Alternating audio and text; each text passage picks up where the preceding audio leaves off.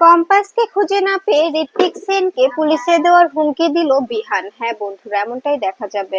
বিস্তারিত জানতে ভিডিওটিতে লাইক দিয়ে চ্যানেলটি সাবস্ক্রাইব করে শুরু থেকে শেষ অবধি দেখতে থাকো। গল্পের শুরুতেই দেখা যাবে বিহানকে ফোন করে ঋত্বিক সেন আর ফোন করে বলতে থাকে, আমি একটা কথা বলার জন্য ফোন করেছিলাম। আসলে বিদেশ থেকে আমার বন্ধু আসছে, তাই আমি একবার কম্পাসকে নিয়ে ওর সঙ্গে কথা বলেছি। ও একবার কম্পাসকে দেখতে চাইছে, তাই বলছিলাম কালকে সারা দিনটা কি কম্পাসকে আমার চেম্বারে থাকতে দিতে পারবেন আপনি? এই কথা শুনে বিহান বলতে থাকে, আসলে আসলে 15ই আগস্ট আমাদের আমাদের কোচিং সেন্টারে একটা বড় একটা আয়োজন করা হয়েছে। সেখানে তো কম্পাসকে থাকতে হবে, তাই সেখানে সেখানে অনেক আয়োজন করতে হচ্ছে, অনেক সময় লাগছে।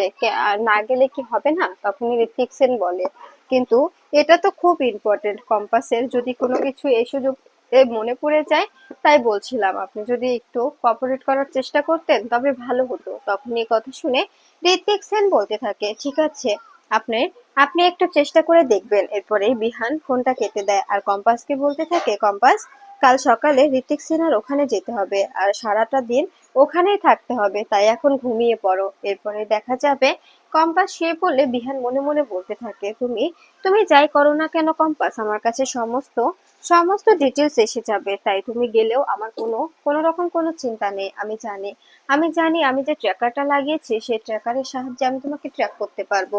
এ কথা বলেই দেখা যাবে বিহান বলতে থাকে, ঠিক আছে। এরপরে দেখা যাবে সকালবেলায় কম্পাসকে নিয়ে বেরিয়ে পড়ে বিহান। বিহান কম্পাসকে নিয়ে বেরিয়ে পড়লে তখনই তখনই দেখা যাবে কম্পাস বলতে থাকে, ঠিক আছে বিহান স্যার, এখন তো এসে পড়েছি, আপনি বরং যান, আমি এখানে টেস্টটা শেষ করে তারপরে বাড়ির গাড়ি নিয়ে পৌঁছে যাব। তখনই বিহান বলে, না কম্পাস, আমি তোমাকে ছেড়ে যাব না, আমি তোমাকে তোমাকে নিয়ে যাব, আমি করিডোরে অপেক্ষা করছি। তখনই দেখা যাবে কম্পাস বলতে থাকে, কোনো প্রয়োজন নেই, আপনাকে অপেক্ষা করতে হবে না, আমি বাড়ির গাড়ি নিয়ে পৌঁছে যাব। আপনি বরং আমাদের কোচিং সেন্টারে অনুষ্ঠান হবে, ওখানে তো অনেক কাজ আছে তাই না, ওখানে গিয়ে ওদের সঙ্গে একটু হাতে হাত লাগিয়ে কাজ করুন, আমি সময় মতো পৌঁছে যাব। এরপরে দেখা যাবে বিহান বলতে থাকে, ঠিক আছে, তুমি সত্যি বলছো তো কম্পাস? এদিকে দেখা যাবে কমলেশ চৌধুরী তার টিমকে বলতে থাকে, যে করে হোক আমাদের এই আর্মস ডিলটা সম্পূর্ণ করতেই হবে, কোনোভাবে এই ডিলটা ক্যান্সেল করলে চলবে না, এ কথা যেন মাথায় থাকে। তখনই দেখা যাবে তার টিমের সবাই বলতে থাকে, হ্যাঁ স্যার, আমরা সবাই প্রস্তুত আছি, এই ডিলটা সম্পূর্ণ করতেই হবে।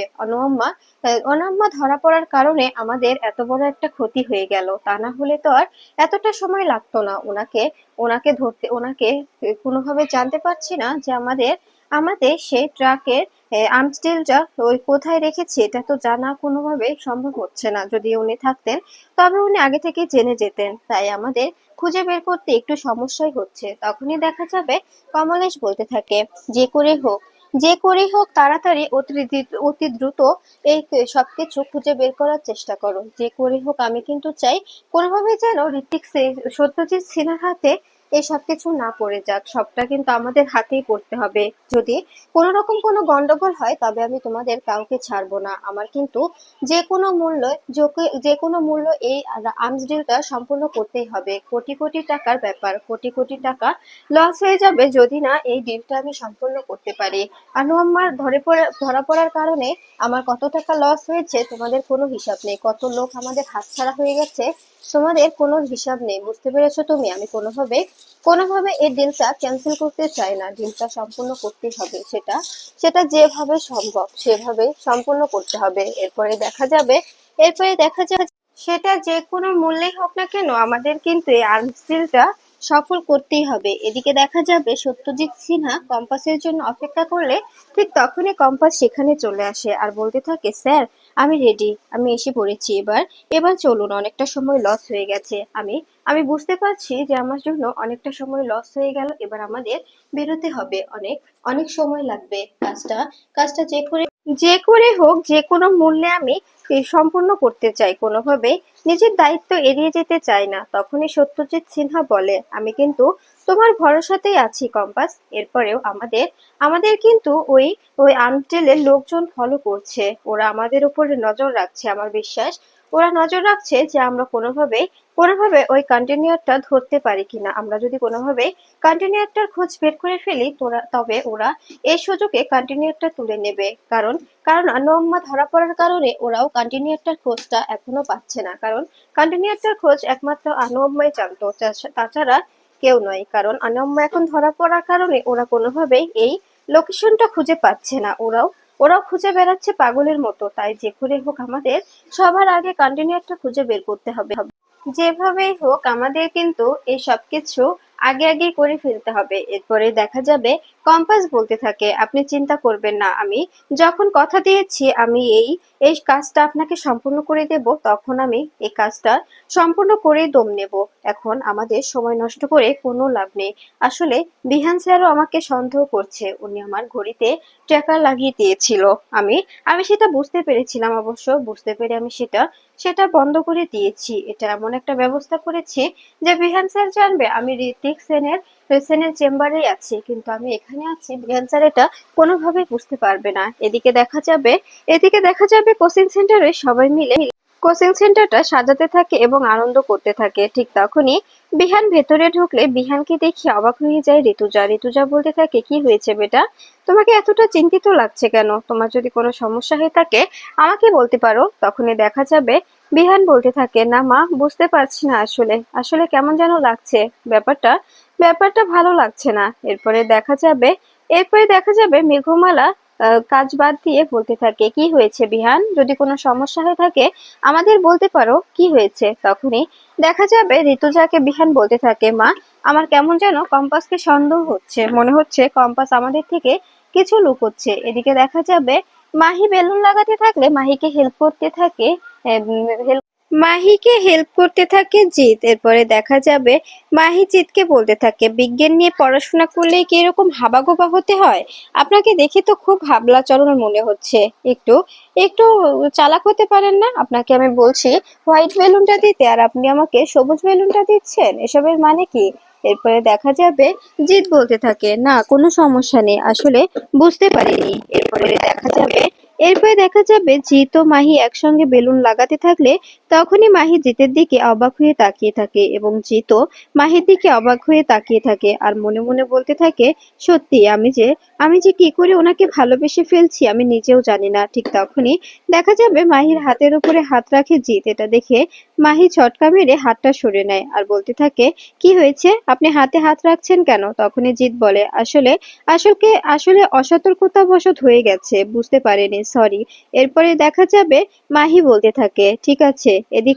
এদিকে কম্পাস নিজের নিজের রোবট ছেড়ে দেয় সমুদ্রে, ছেড়ে দিয়ে নিজে বসে পড়ে ল্যাপটপের সামনে। এরপরে দেখা যাবে কম্পিউটারে দেখতে থাকে জলের তলদেশের কি অবস্থা। তখনই সত্যজিৎ বলে, প্লিজ কম্পাস, কিছু একটা করো, আমাদের কিন্তু যে করে হোক খুঁজে বের করতে হবে। এই পদ্ধতিটাও যদি কোনোভাবে নষ্ট হয়ে যায় তবে কোনোভাবে কিন্তু হবে না।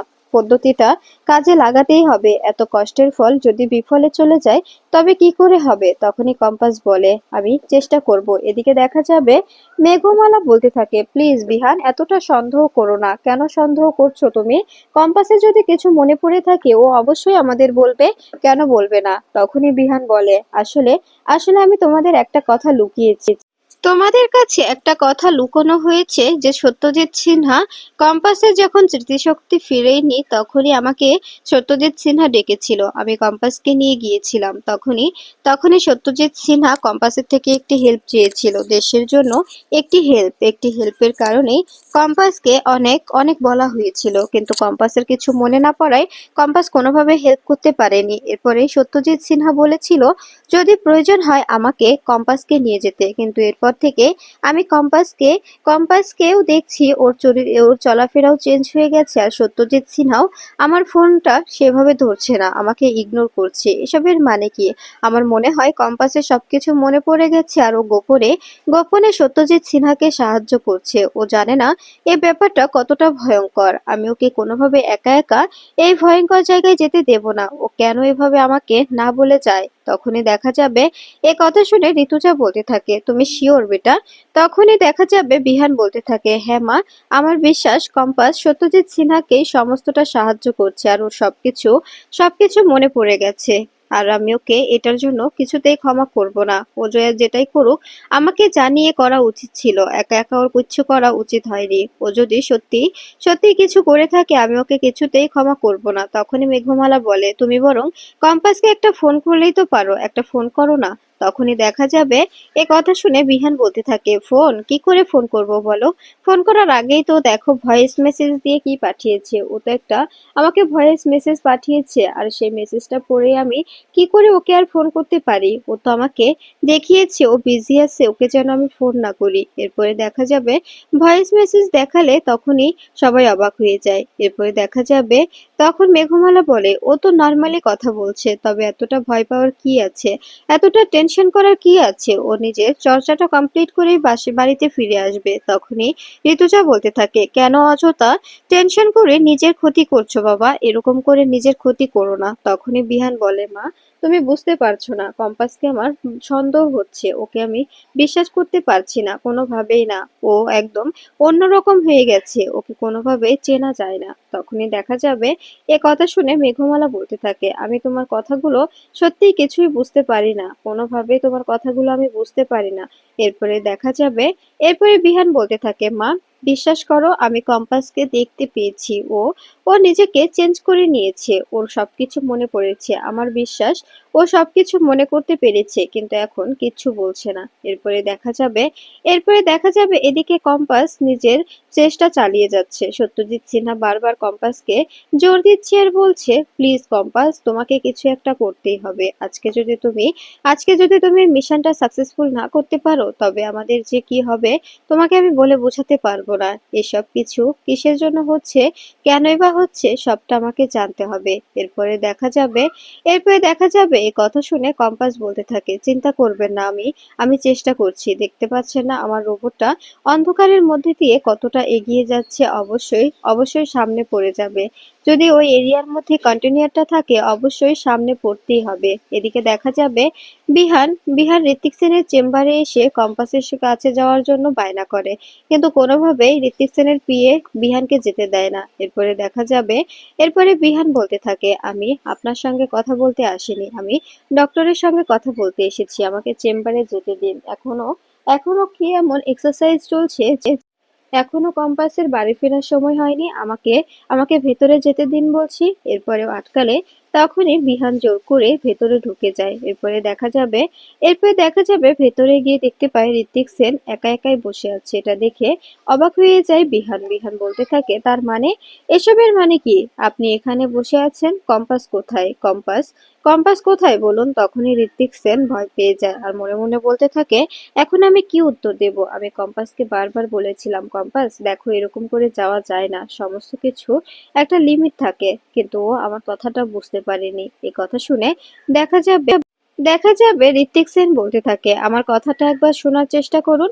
তখনই বিহান বলে, না আমি কোনো কথা শুনতে চাই না, আপনার উচিত ছিল ও যখন বাইরে যাচ্ছে তখন আমাকে ফোন করা। ওর শরীরের কন্ডিশনটা কেমন আপনি তো খুব ভালো করেই জানেন, তারপরেও কেন ফোন করেননি আমাকে? তখনই ঋত্বিক সেন বলতে থাকে, উনি আমাকে যদি বলতে বারণ করে তবে আমি কি করে বলবো? কোনোভাবে কি বলা যায়? উনি তো আমাকে বারণ করে গিয়েছে, আমি কি করে ওকে বারণ করে দেব? এরপরে দেখা যাবে এরপরে দেখা যাবে কথা শুনে বিহান বলতে থাকে, ও বারণ করবে বলেই আপনি আমাকে ফোন করবেন না?